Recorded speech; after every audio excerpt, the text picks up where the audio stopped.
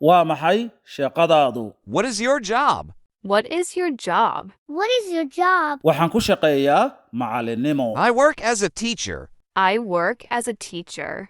I work as a teacher. Si fiican. Ii sheeg wax badan. Nice. Tell me more. Nice. Tell me more. Imisa saacadood baad shaqaysaa? How many hours do you work? How many hours do you work? How many hours do you work? Waxaan shaqeeyaa 6 saacadood maalintii. I work 6 hours a day. I work 6 hours a day. Ma jeceshahay shaqadaada?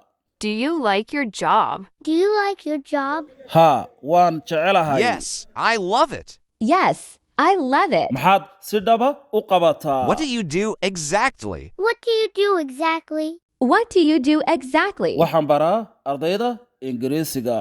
I teach students English. I teach students English. Xagee baad ka shaqaysaa? Where do you work? Where do you work? Where do you work? Waxaan ka shaqeeyaa iskuul. I work in a school. I work in a school. I work in a school.